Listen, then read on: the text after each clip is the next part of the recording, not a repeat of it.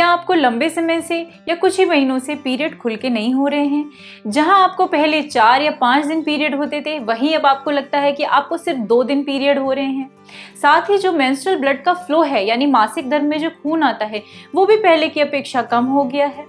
जहां आप पहले 8-10 सैनिटरी पैड यूज करती थी, वहीं अब आप सिर्फ 2 या 4 सैनिटरी पैड यूज करती हैं। अगर ऐसा है तो आप हाइपोमेनोरिया के शिकार हैं। आपकी इस समस्या का समाधान इस वीडियो में है, तो इस वीडियो को आप ध्यान से जरूर देखें। मैं हूं डॉक्टर कंचन शर्मा, मैं एक आयुर्वेदा गायनेकोलॉजिस्ट हूं और मेरी हमेशा यही कोशिश रहती है कि मैं आप सभी को ऑथेंटिक और प्रैक्टिकल जानकारी दूं। तो इस वीडियो को अच्छे से ध्यान से देखें। इस वीडियो में मैं आपको बताऊंगी कि आपको अगर पीरियड कम हो रहे हैं, खुल के नहीं हो रहे हैं, तो इनका क्या कारण है और इसमें आपको कैसी डाइट लेनी चाहिए, क्या योगा फॉलो करने चाहिए, और हम बात करेंगे प्रॉपर आयुर्वेदिक ट्रीटमेंट की, जिससे आपकी ये प्रॉब्लम हमेशा के लिए खत्म हो जाएगी। तो फटाफट से हम ये वीडियो स्टार्ट करते हैं, बट उससे पहले मेरे चैनल को सब्सक्राइब जरूर कर लें और बेल आइकन जरूर दबाइए, जिससे आपको लेटेस्ट नोटिफिकेशन मिलते रहेंगे। तो चलिए हम ये वीडियो स्टार्ट करते हैं। मेडिकल लैंग्वेज में हाइपोमेनोरिया किसे कहते हैं? अगर आपको 2 दिन से भी कम ब्लीडिंग हो रही है या 30 ml से भी कम आपको ब्लड आता है, तो उसे हम हाइपोमेनोरिया कहते हैं। ये तो हो गई किताबी बात, लेकिन एक महिला खुद ही जान जाती है जब उसको पीरियड खुल के नहीं होते। तो अब हम बात करते हैं इनके कारणों की कि क्या कारण है कि आपको पीरियड खुल के नहीं होते हैं। सबसे पहले तो मैं बात कर लेती हूँ नॉर्मल कारण, यानी कि जिनमें ऐसा मुमकिन है कि आपको पीरियड्स कम हुए। पहला तो प्रेगनेंसी। अगर आपको प्रेगनेंसी हो गई है तो आपको ब्लीडिंग खुल के नहीं होगी। उस दौरान आपको स्पॉटिंग हो सकती है। किसी किसी को, मोस्टली महिलाओं को पीरियड नहीं होते, स्किप हो जाते हैं, लेकिन कुछ महिलाओं में स्पॉटिंग होती है, तो उसमें वो चीज़ बिल्कुल नॉर्मल है। अब हम नंबर 2 पे बात कर लेते हैं ब्रेस्ट फीड की, यानी कि जब आप दूध पिला रही हैं बच्चे को, तो उस टाइम आपका प्रोलैक्टिन बढ़ा रहता है, यानी ऐसे टाइम पे या तो आपको पीरियड नहीं होंगे या होंगे तो बहुत कम होंगे। इसके अलावा आप मीनोपॉज का टाइम है, आपके पीरियड बंद होने वाले हैं, तो ऐसे में आपको डेफिनेटली कम पीरियड्स होंगे। या फिर ऑनसेट ऑफ प्यूबर्टी, यानी कि गर्ल 12-13 साल की लड़की जिसको अभी पीरियड होने स्टार्ट हो रहे हैं, तो उसमें भी ये बहुत नॉर्मल है कम होना। मिनार्की के टाइम, यानी कि ऑनसेट ऑफ प्यूबर्टी के टाइम और मिनोपॉज के टाइम, ये दोनों टाइम पे क्या होता है, कई बार चिड़चिड़ापन होता है या पीरियड खुल के नहीं हो रहे हैं तो बच्चों में दर्द होता है। तो ऐसे टाइम के लिए आयुर्वेदा में बहुत अच्छे यूट्राइन टॉनिक्स हैं, उनके पे मैंने वीडियो पहले बनाया हुआ है, उसका लिंक मैं डिस्क्रिप्शन में डाल दूंगी, उसे आप वहां से देख लें। अगर आप ये यूट्राइन टॉनिक लेंगे तो ये फेज आपका बहुत आराम से निकल जाएगा। इसके अलावा एक कारण है आनुवंशिक, यानी कि हेरिडिटरी। अगर आपकी नानी, आपकी मम्मी, सभी को कम ही पीरियड होते हो, तो ऐसा मुमकिन है कि आपको भी कम पीरियड हो। आजकल जो सबसे कॉमन है पीसीओडी, यानी कि हर 5 में से 1 महिला को पीसीओडी है। अगर आपको पीसीओडी है तो उसमें अक्सर ही ऐसा पेशेंट कंप्लेन करते हैं कि हमको या तो पीरियड नहीं होते या होते हैं तो बहुत कम होते हैं। इसमें सिर्फ यही लक्षण नहीं मिलेगा, इसके साथ आपको और भी लक्षण मिल सकते हैं, जैसे वेट गेन होना, चेहरे पे बाल होना, चेहरे पे दाने होना। पीसीओडी पे मैंने बहुत सारे वीडियोस बनाए हैं और मैंने बहुत सारे पेशेंट्स भी ठीक किए हैं। अगर आप भी मुझसे ट्रीटमेंट लेना चाहते हैं तो मेरे व्हाट्सएप नंबर के थ्रू मुझसे कांटेक्ट कर सकते हैं।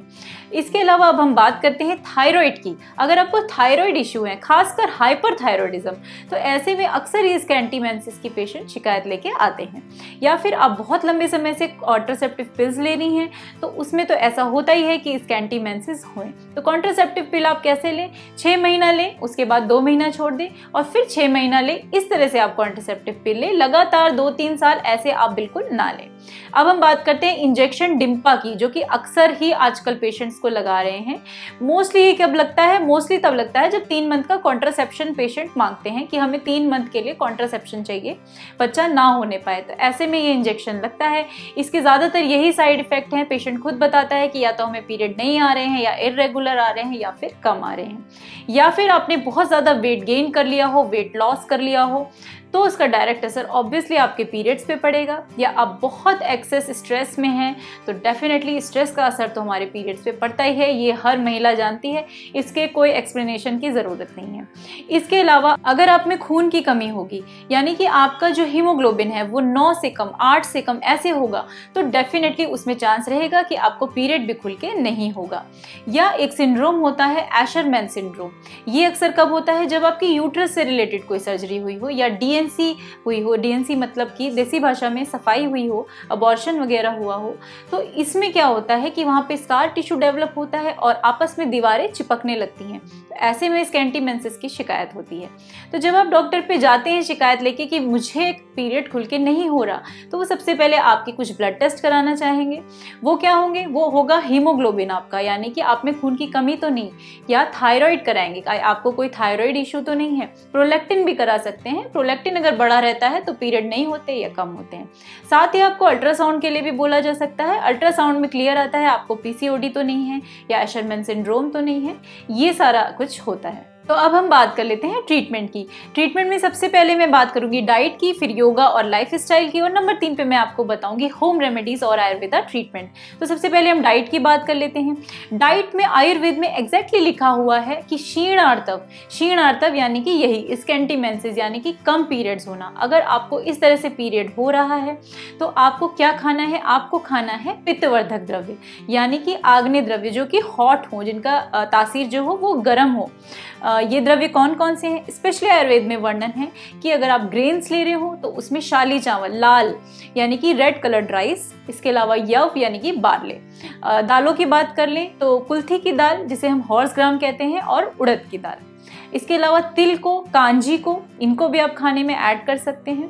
साथ ही अगर आप नॉनवेज खाते हैं तो आप फिश खा सकते हैं। दही और मट्ठे को भी खाने में इंक्लूड करें।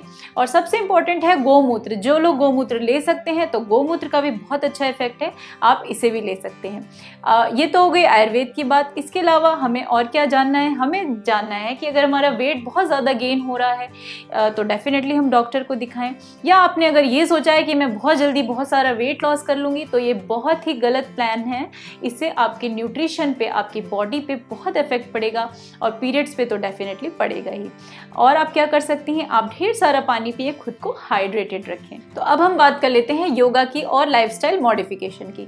लाइफस्टाइल मॉडिफिकेशन क्या है? जस्ट एक नॉर्मल लाइफस्टाइल। आप टाइम पे उठे, टाइम पे सोएं, टाइम पे आप खाना खाएं, आप स्ट्रेस ना लें। ये जो एक नॉर्मल लाइफ है यही आपको अपनाना है। साथ में आप योगा अपना सकते हैं। अगर आप योगा अपनाएंगे तो आपको खुद ही रिजल्ट दिखेंगे।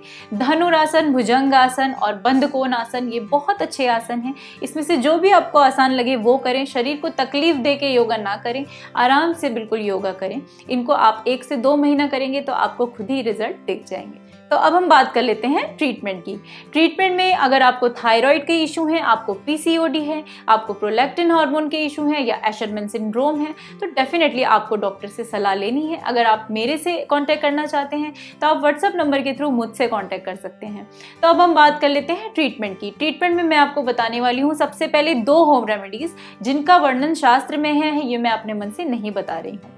तो नंबर 1 होम रेमेडी है, आपको लेना है 1 गिलास पानी और काले तिल लेने हैं। 1 बड़ा चम्मच काले तिल का इसमें डालें और इसको पकने दें। जब आधा गिलास पानी रह जाए इसमें एक छोटी सी गुड़ की डली डाल दें, गुड़ को घुलने दें और फिर गैस को बंद कर दें। इसके बाद इसको छान लें। ये आपको पीरियड के पहले 1 हफ्ता, जब आपकी डेट आने वाली हो उसके 1 हफ्ता पहले फॉलो करें। डेली सुबह उठ के खाली पेट आपको ये पीना है। मेरी दूसरी रेमेडी है, आपको लेना है सौंफ। सौंफ जो हरी सौंफ होती है जो हम सभी खाते हैं, उसका आपको चूर्ण बना लेना है और गाय के घी के साथ 1 चम्मच आपको सुबह लेना है खाना खाने के बाद, 1 चम्मच आपको शाम को लेना है। ये आप करीब करीब हफ्ता भर पहले करें पीरियड आने के। तो जब आप 2 से 3 साइकिल ये फॉलो करेंगी तो डेफिनेटली आपको रिजल्ट मिलेगा। साथ में जो मैंने डाइट बताई वो भी फॉलो करिए। अब मैं आपको बताती हूँ ट्रीटमेंट में। ट्रीटमेंट में आपको लेनी है रजा प्रवर्तिनी वटी। ये आपको 2 गोली सुबह लेनी है, 2 गोली रात में लेनी है, खाना खाने के बाद लेनी है। किससे लेनी है? कुमारी आसव से। कुमारी आसव आपको लेना है 20 ml और इसमें 20 ml आप पानी डाल लें और इसी से आपको रजत प्रवर्तिनी वटी लेनी है। नंबर 2 पे आपको लेना है शतावरी कल्प। ये बहुत इफेक्टिव है। आपको आधा चम्मच शतावरी कल्प सुबह, आधा चम्मच रात में दूध के साथ लेना है। तो आप ये सारा ट्रीटमेंट फॉलो करें, डेफिनेटली आपको रिजल्ट मिलेगा। अगर आप में खून की कमी है तो आप अपने ट्रीटमेंट में लोहासव जरूर ऐड करें। लोहासव से आपको नेचुरली आयरन मिलेगा। लोहासव आपको कैसे लेना है? ये आपको 20 ml लेना है, इसमें 20 ml आप पानी मिला लें और सुबह शाम इसको भी आप लें। तो आज मैंने आपसे बात की है कि पीरियड खुल के क्यों नहीं होते, इनके क्या कारण हैं और आपको इनके बेस्ट ट्रीटमेंट भी बताने की कोशिश की। इन्हें फॉलो करिए और डेफिनेटली आपको रिजल्ट मिलेंगे। आपको कुछ पूछना है आप कमेंट सेक्शन पे मुझसे पूछ सकते हैं। आज के लिए इतना ही। Thank you for watching my video.